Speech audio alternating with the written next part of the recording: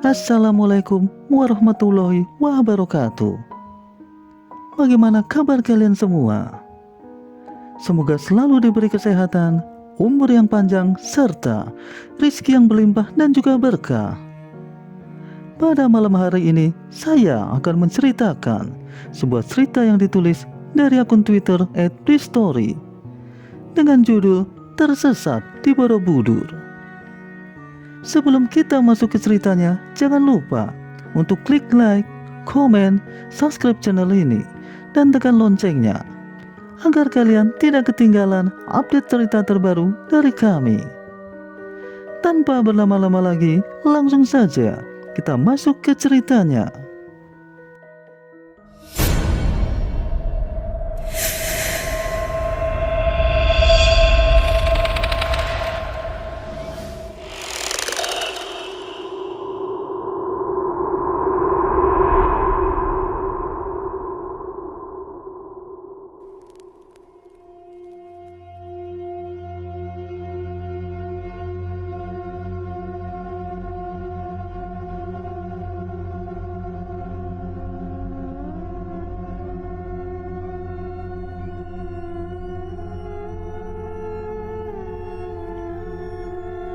Candi Borobudur adalah salah satu bangunan bersejarah di Indonesia, merupakan satu keajaiban dunia.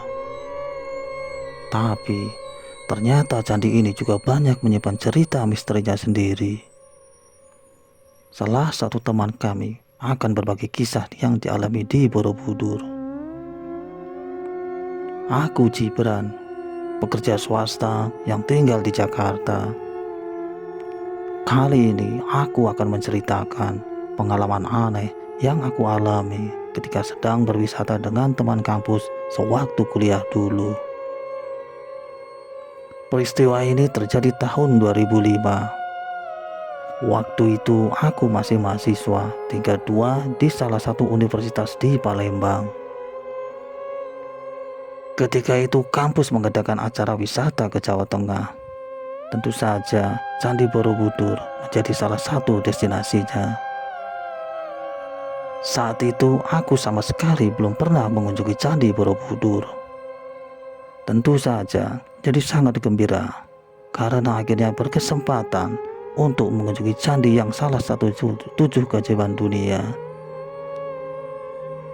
Singkat cerita, akhirnya kami berangkat ke Jawa Tengah dengan menggunakan bis. Candi Borobudur menjadi tujuan pertama yang akan dikunjungi.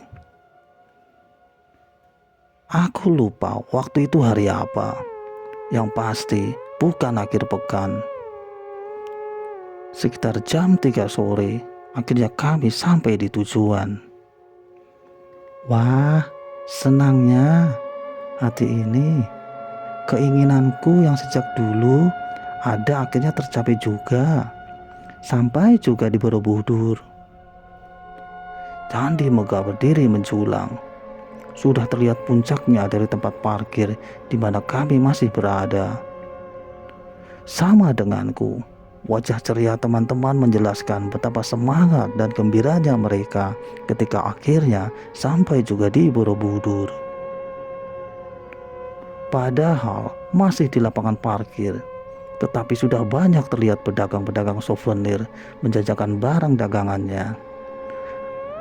Baru melihat itu semua saja aku sudah merasakan suasana menyenangkan.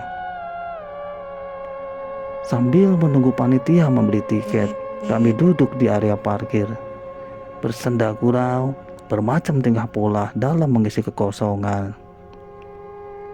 Segala lelah yang dirasakan ketika masih dalam kendaraan sebelumnya hilang berganti keceriaan. Aku hanya sekali ikut dalam perbincangan seru. Lebih banyak menikmati pemandangan dan suasana sekitar. Langit cerah terang, nyaris gak ada awan. Matahari masih bersinar, walau sudah gak terlalu menyengat panasnya. Sambil angin bertiup membelai tubuh serta wajah, memanjakan pikiran, mengepas resah dan lelah. Gak habis senyumku merasakan semuanya. Entah dari mana sumbernya, Sayup-sayup kedengaran juga musik gamelan Jawa melantunkan irama khasnya. Lagi-lagi aku menyukainya. Kalau diperlihatkan, pengunjung Candi Borobudur hari ini nggak terlalu ramai. Mungkin karena bukan akhir pekan atau juga libur panjang. Hanya ada beberapa rombongan wisatawan lokal yang bergerombol. Terselip juga turis mancanegara di beberapa sudut. Tapi walaupun begitu, gak juga bisa dibilang sepi. Suasana tempat wisata masih sangat terasa. Di tengah asiknya menikmati semua, perhatianku sedikit teralihkan ke beberapa orang yang terlihat kejauhan. Beberapa orang ini awalnya muncul satu persatu, gak berbarengan. Tapi lama-kelamaan jadi beberapa. Cukup banyak jumlahnya, nyaris semuanya laki-laki. Kenapa aku tertarik memperhatikan mereka? Dari cara berpakaiannya, mereka semuanya mengenakan pakaian khas Jawa lengkap dengan belangkon di kepala. Ada yang mengenakan baju khas yang biasanya aku hanya melihat di pengantin Jawa. Tapi orang-orang yang berpakaian baju Jawa hanya sedikit. Hanya beberapa saja. Dari semua, yang paling banyak terlihat adalah orang-orang yang hanya bercelana pendek sebatas lutut sambil bertelanjang dada dan melangkah berjalan tanpa alas kaki. Mereka semuanya datang dari arah yang sama dan sepertinya berjalan menuju arah di mana Candi Borobudur berada. Seperti karnaval, ya, aku melihatnya seperti itu. Biasanya kalau karnaval akan kelihatan dari pakaian yang dikenakan masih baru, dan juga pesertanya memakai rias wajah tebal. Tapi kali ini enggak, polos saja. Mereka seperti sedang memakai pakaian yang biasa mereka kenakan sehari-hari. Sepertinya memang seperti itulah cara berpakaiannya. Aku terus memperhatikan rombongan itu. Dari saat datang sampai beberapa dari mereka menghilang terhalang jarak pandang. Aku bertambah yakin kalau tujuannya memang Candi Borobudur. Karena memang mereka berjalan ke arah di mana lokasi candi berada.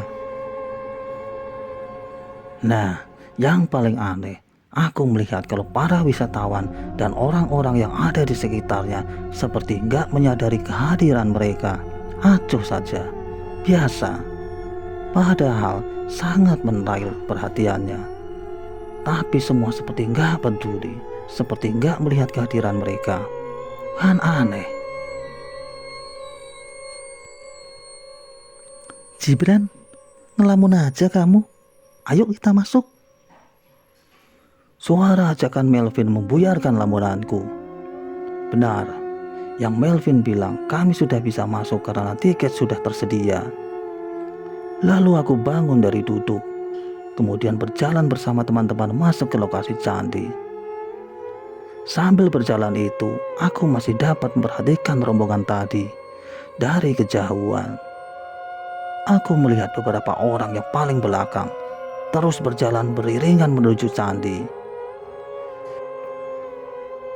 Pada mau ngapain sih orang-orang itu? Setelah melewati pemeriksaan tiket di pintu masuk, kami lalu berjalan, menyusuri jalan yang ternyata berbeda situasinya dari tempat parkir di luar tadi. Kali ini lebih ramai, lebih banyak wisatawan.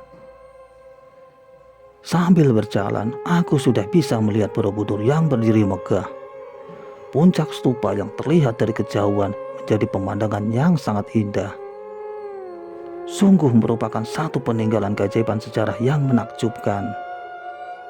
Sedikit menyinggung sejarah, Candi Borobudur diperkirakan mulai dibangun pada abad ke-9, yang mana saat itu wilayah Magelang dikuasai oleh dinasti Sailendra yang dipimpin oleh Raja Samaratungga. Raja bertitah untuk membangun sebuah pembangunan candi yang kala itu dipimpin oleh seorang arsitek bernama Gunadarma. Tanpa bantuan kecanggihan teknologi masa kini, Gunadarma menggambar Candi Borobudur yang luasnya mencapai ratusan meter persegi itu. Dari pembangunan tersebut, Borobudur dapat diselesaikan dalam waktu 50-70 tahun kemudian, yang mana konon katanya Gunadarma sendiri nggak melihat hasil akhirnya. Begitulah menurut sejarah yang pernah aku baca. Dan yang paling menakjubkan, katanya pembangunan Candi Megah ini hanya menggunakan tenaga manusia. Batu-batu sebesar dan sebanyak itu diangkat dan disusun menjadi bangunan tinggi dan besar hanya menggunakan tenaga manusia. Salut. Semakin dekat jarak dengan candi, aku semakin takjub. Tapi sebentar, kemana orang-orang yang menarik perhatianku tadi? Kok nggak terlihat lagi? Padahal tadi mereka menuju ke tempat yang aku tuju, berjalan lewat jalan yang aku lewati juga. Jumlah mereka banyak dengan cara berpakaian yang menarik perhatian. Jadi nggak mungkin kalau di dalam lokasi candi tiba-tiba nggak kelihatan. Menurutku nggak mungkin. Tapi ya sudah, hanya sebatas itu rasa penasaran. Selebihnya aku menikmati suasana siang menjelang sore setibanya kami di lokasi Candi Borobudur, bercengkrama bersama teman yang lainnya. Langit biru cerahnya semakin pekat. Panas hari berkurang seiring bergulirnya sang surya menuju ufuk barat. Wajah ceria wisatawan menjadi pemandangan lainnya. Banyak yang sambil berfoto mengabadikan momen ini. Yang tadinya berjalan bersama, entah di bangunan tingkat berapa, akhirnya aku terpisah dari Melvin dan Clara. Lalu berjalan sendiri mengelilingi candi sambil terus memperhatikan setiap detailnya. Mulai merasa agak lelah. Di bagian timur Borobudur aku istirahat sejenak, duduk melemaskan kaki yang mulai agak pegal. Di tempat aku duduk ini pemandangannya sungguh indah. Pandangan lepas jauh ke depan tanpa halangan. Langitnya sudah nggak seterang saat kami tiba tadi, tapi masih dapat menerangi dataran luas di sekeliling candi. Tapi pandanganku terhenti di satu bagian halaman candi yang letaknya sedikit agak ke selatan. Di sana aku melihat pemandangan yang menarik perhatian. Ada sekelompok orang yang sedang berkumpul, jumlahnya puluhan. Mereka berdiri membentuk barisan dipimpin oleh beberapa orang yang berdiri di depan.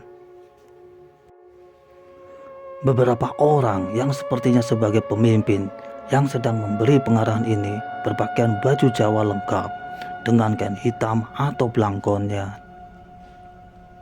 Sedangkan mereka yang berada di depannya yang jumlahnya jauh lebih banyak hanya bercelana pendek selutut. Ada bagian juga mengenakan kain terlilit di pinggangnya dan tanpa mengenakan alas kaki. Ya, mereka semua adalah orang-orang yang aku lihat di luar tadi, yang berbondong-bondong masuk ke dalam lokasi candi. Aku sangat yakin. Pada ngapain mereka di sana ya? Aku bertanya sendiri dalam hati. Cukup lama aku memperhatikan. Cukup lama aku duduk tempatku, diam sendirian. Cukup lama juga sampai akhirnya baru menyadari kalau ada yang aneh di sekitarku. Apa yang aneh? Ternyata aku gak melihat ada satu orang pun yang ada di dekatku. Kosong. Ada yang aneh lagi. Ternyata langit sudah berubah warnanya, berangsur memerah dan semakin memerah dan menuju gelap. Seperti senja yang datang tiba-tiba, padahal baru jam 4:30 sore. Mungkin akan turun hujan, pikirku begitu dalam hati. Berdiri dari duduk, aku lalu melangkah menuju bagian candi di sisi lain. mencoba mencari orang selain aku. Gak ada. Aku gak melihat siapapun. Gak bertemu siapa-siapa. Sudah melihat ke atas, menengok bagian bawah, tetap gak ada orang sama sekali. Aku mulai merasa ada keanehan. Mulai merasa ketakutan ketika sejauh mata memandang dari tempatku berdiri, mungkin itu di bangunan tingkat kelima Borobudur. Aku gak melihat ada orang satu pun, kosong. Mulai panik, aku berjalan agak cepat mengelilingi candi di tingkat 5 itu, coba untuk mencari manusia lain. Sementara langit semakin gelap, layaknya waktu mendekati malam. Gak ada orang di atas candi. Di halaman, di kejauhan, aku gak melihat ada orang sama sekali. Kecuali rombongan yang sedang berkumpul di bagian barat tadi. Sekumpulan orang yang aku lihat sejak dari tempat parkir. Kenapa mereka ada di sana? Sementara orang lain gak ada, termasuk rombongan teman-teman kampusku, mereka semua menghilang. Lelah ditambah panik, aku berniat untuk turun dari candi lalu menuju rombongan tadi atau pintu keluar. Tangga yang menurun panjang jadi turunan pertama. Sampainya di tangga, aku lalu menuruninya selangkah demi selangkah. Beberapa bagian tangga bentuknya seperti lorong kecil. Aku harus sebentar masuk ke lorong itu untuk terus turun, menuruni tingkatannya satu persatu. Tapi entah di tingkatan berapa, aku mendadak kaget keheranan, sangat ketakutan. Beberapa detik sebelumnya, langit masih terang, masih sore, sama sekali belum gelap. Itu keadaan ketika aku belum masuk ke satu lorong tangga. Tapi ketika aku sudah keluar dari lorong pendek itu, tiba-tiba suasananya sudah sangat berubah. Langit sudah sangat gelap, gelap layaknya malam. Ya, tiba-tiba hari sudah berubah jadi malam. Aku lantas berhenti, heran, takut, takjub. Semua perasaan itu bercampur jadi satu. Kenapa tiba-tiba menjadi malam gelap? Gak berhenti sampai di situ. Ternyata ada keanehan lain.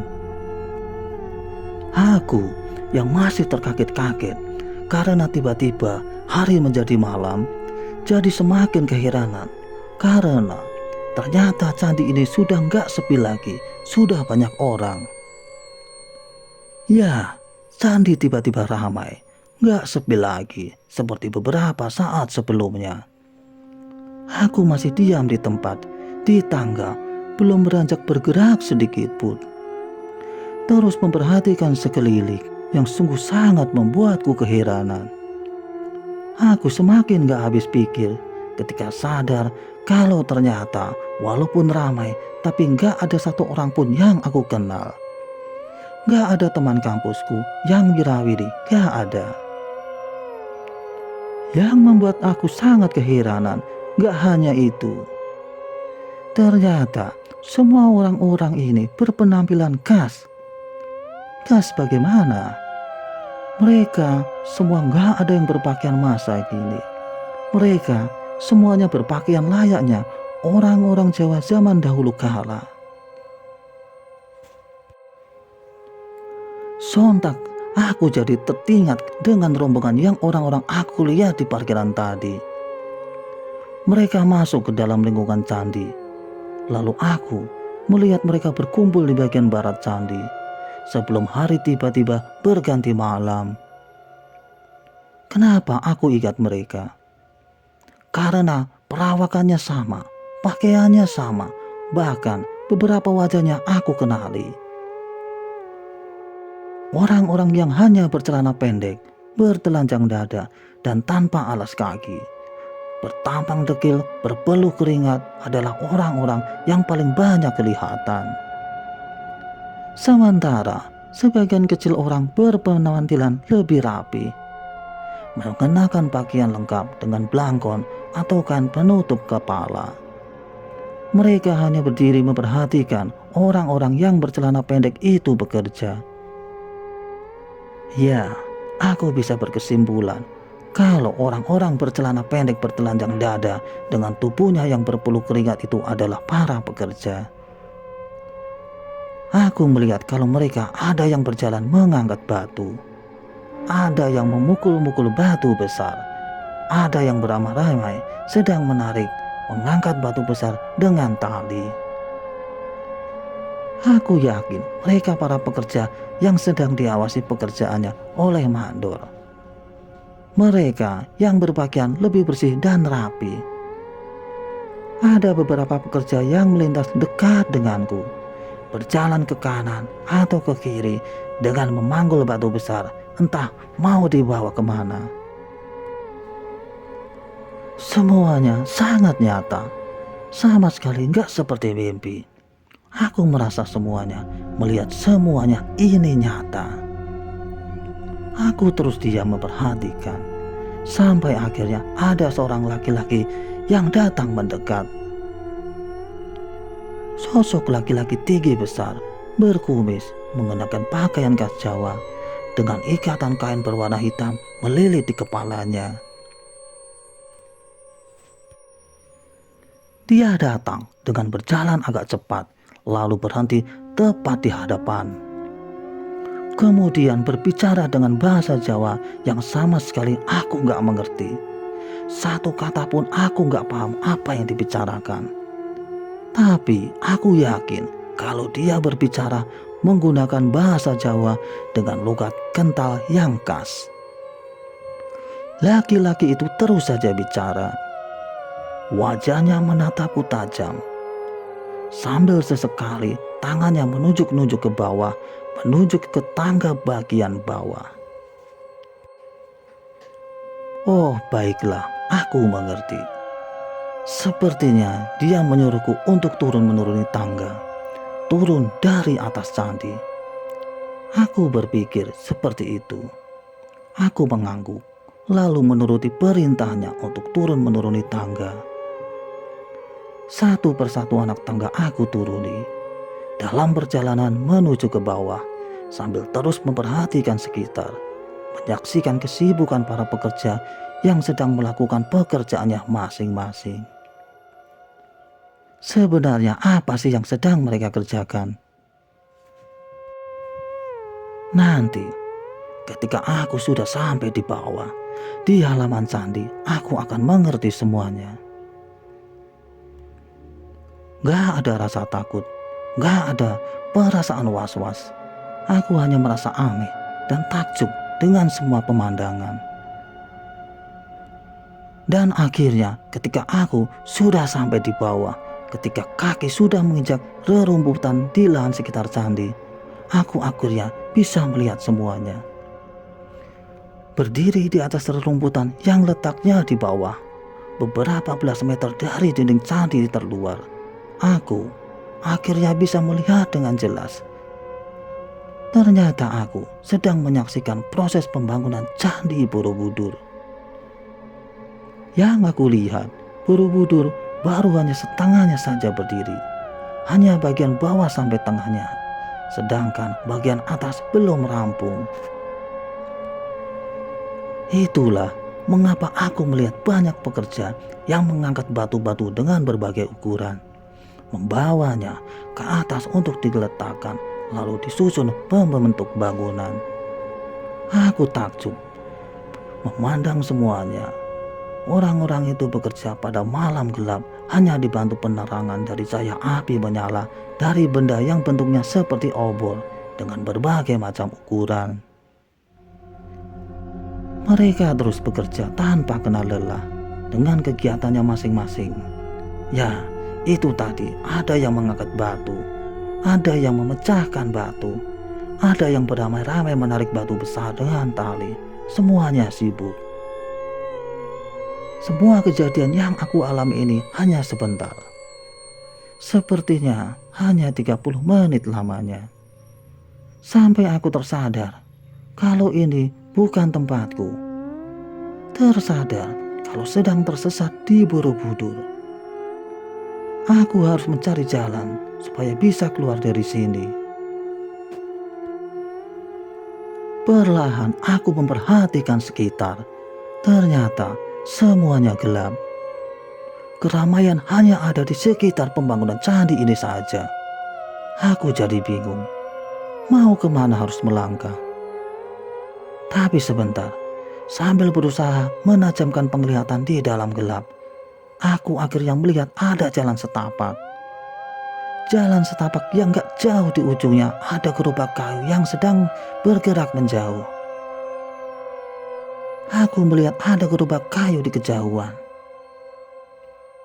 Ya sudah, aku memutuskan untuk mengikuti gerobak kayu itu. Dia pasti menuju ke suatu tempat. Terus aku menyusuri jalan setapak dalam gelap. Lama-kelamaan aku semakin kesulitan untuk melihat. Mata terhalang pekatnya malam yang sama sekali gak ada penerangan. Sial, lambat laun aku kehilangan gerobak yang aku ikuti tadi. Sampai akhirnya gerobak kayu itu hilang sama sekali dari pandangan. Meninggalkan aku sendirian di dalam gelap, berjalan entah kemana gak tentu arah. Di sini aku kembali merasakan panik. Gak tahu harus melangkah kemana. Seiring bergulirnya waktu, semakin lama aku semakin capek. Lelah, kaki makin berat untuk dibawa melangkah. Badanku lemas, semakin lemas. Lalu semuanya jadi gelap, sangat gelap. Aku gak sadarkan diri. Udah sadar mas? Udah sadar? Zibran, Bran, bangun kau. Aku mendengar suara-suara itu ketika baru saja bangun siuman. Pelan-pelan membuka mata. Akhirnya tersadar kalau ternyata aku sedang terbaring di atas kursi panjang di satu ruangan besar, entah ruangan apa. Kalau kamu sudah bisa duduk, duduklah Bran, minum air ini dulu. Melvin lah yang pertama kali aku lihat. Lalu Dendi, lalu satu orang dosenku, lalu ada beberapa orang lagi yang gak aku kenal. Jadi aku terbangun di salah satu ruangan yang ada di sekitar Candi Borobudur. Mereka semua yang berada di ruangan ketika aku bangun ternyata baru saja menemukan aku. Menemukan aku? Iya, menurut mereka ternyata aku hilang sejak maghrib tadi. Aku gak ditemukan di mana-mana, hilang aja tanpa jejak. Lalu dilakukanlah pencarian. Tapi setelah berjam-jam ternyata nihil. Aku gak juga ditemukan. Padahal pencarian sudah dilakukan ke segala sudut lingkungan candi. Tapi syukurlah, aku akhirnya ditemukan pada jam 12:30 malam oleh salah satu penjaga candi. Ketika ditemukan, aku sedang gak sadarkan diri di bawah salah satu pohon besar di sisi barat Candi Borobudur. Selama lebih dari 6 jam, aku menghilang tanpa jejak. Padahal aku sangat yakin kalau hanya setengah jam saja. Tersesat. Melihat pembangunan candi cuma sebentar saja. Sungguh pengalaman yang tak akan pernah aku lupakan.